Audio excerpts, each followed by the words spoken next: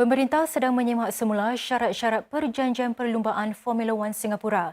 Ini selepas mantan Menteri Pengangkutan Aziz Warren dikenakan 27 tuduhan, termasuk 2 tuduhan rasuah. Kementerian Perdagangan dan Perusahaan MTI sebelum ini sudah menyatakan bahawa tiada petanda yang menunjukkan kontrak-kontrak acara itu dilakarkan untuk merugikan pemerintah. Semasa memberi kemas kini di Parlimen siang tadi, Menteri Bertanggungjawab bagi Hubungan Perdagangan Grace Fu berkata beberapa agensi lain mungkin terlibat dalam proses semakan itu.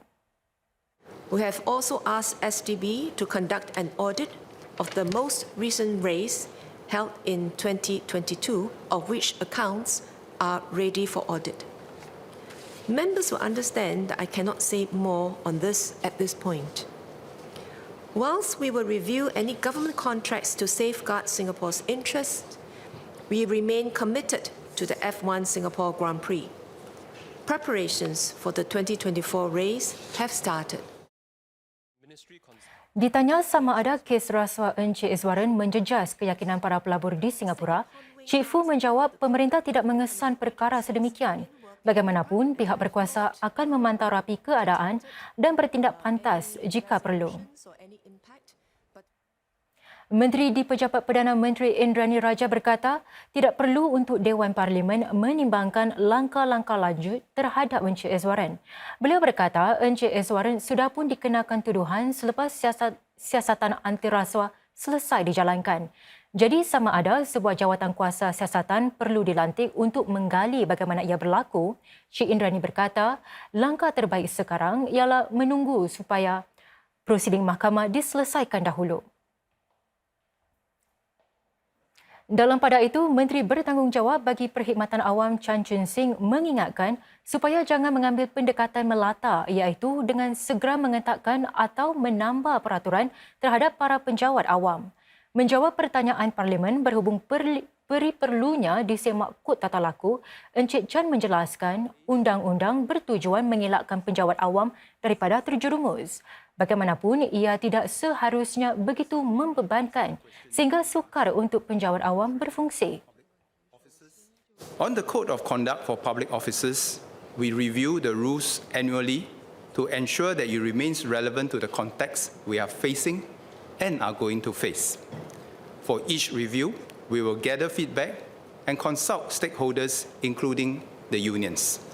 If there are changes, they will be communicated to our officers. Menteri Pengangkutan Chee Hong Tat memberitahu Parlimen pihaknya ada rancangan untuk meluaskan sistem tambang SimplyGo agar ia akhirnya dapat digunakan untuk kenderaan, runcit dan juga pengangkutan. Berhubung sistem tambang bas berasaskan kad pula, beliau menambah pemerintah sedang mencari jalan untuk menyepadukan kedua-dua sistem itu. Kad tambang konsesi dikendalikan secara berasingan daripada sistem EasyLink dan juga kad Nets Flashpay.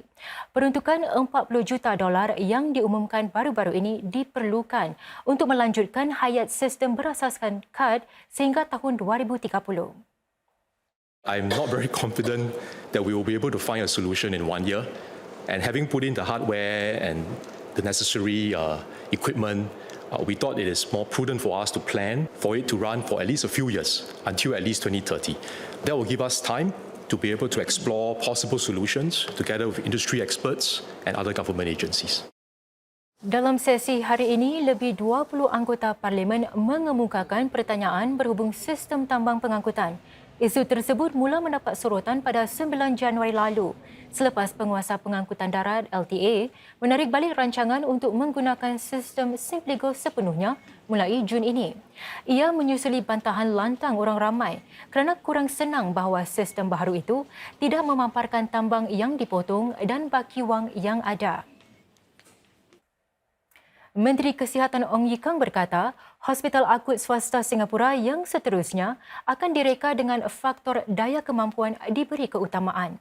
Kementerian Kesihatan akan mengehadkan had kepada saiz bil rawatan bagi projek bukan mencari keuntungan itu. Menurutnya, langkah ini akan membantu khidmat-khidmat hospital itu menjadi lebih berkesan secara kos sambil memastikan ada penyeliaan yang kukuh ke atas para doktor.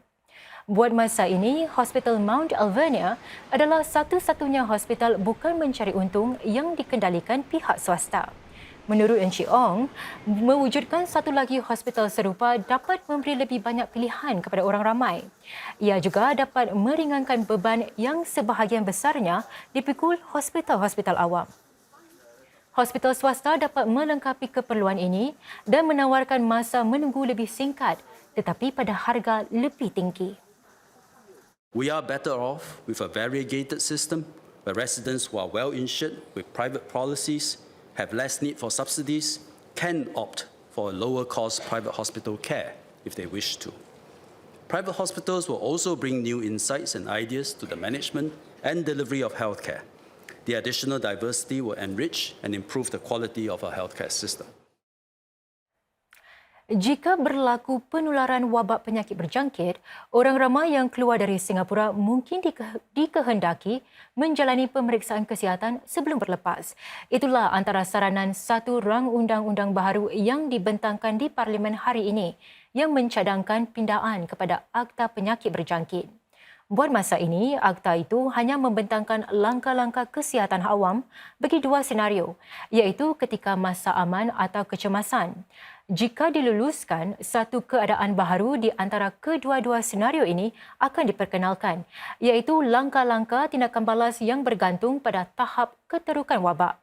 Antara lain, senario baharu dipanggil ancaman kesihatan awam akan diperkenalkan demi menyekat pergerakan dalam kawasan-kawasan tertentu sahaja. Saudara, HDB akan menggandakan bekalan flat sewa untuk keluarga yang sedang menantikan unit flat BTO mereka siap dibina.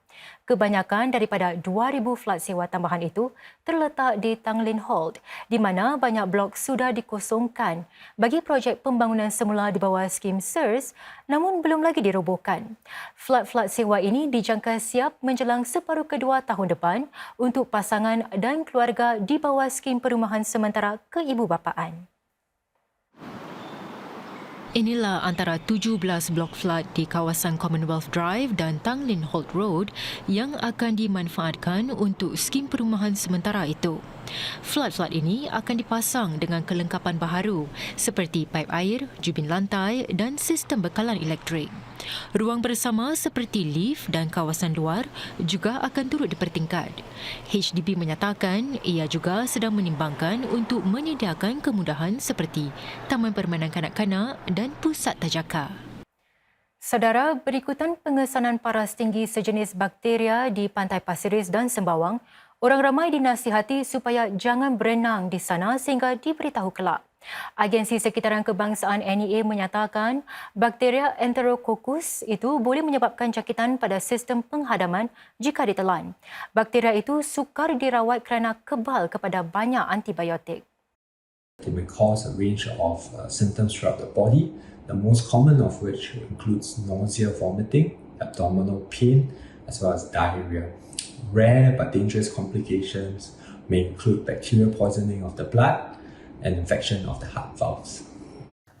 NEA bagaimanapun menyatakan aktiviti lain yang mempunyai kontak utama dengan air seperti sukan layar, mendayung kayak dan kanu boleh diteruskan seperti biasa.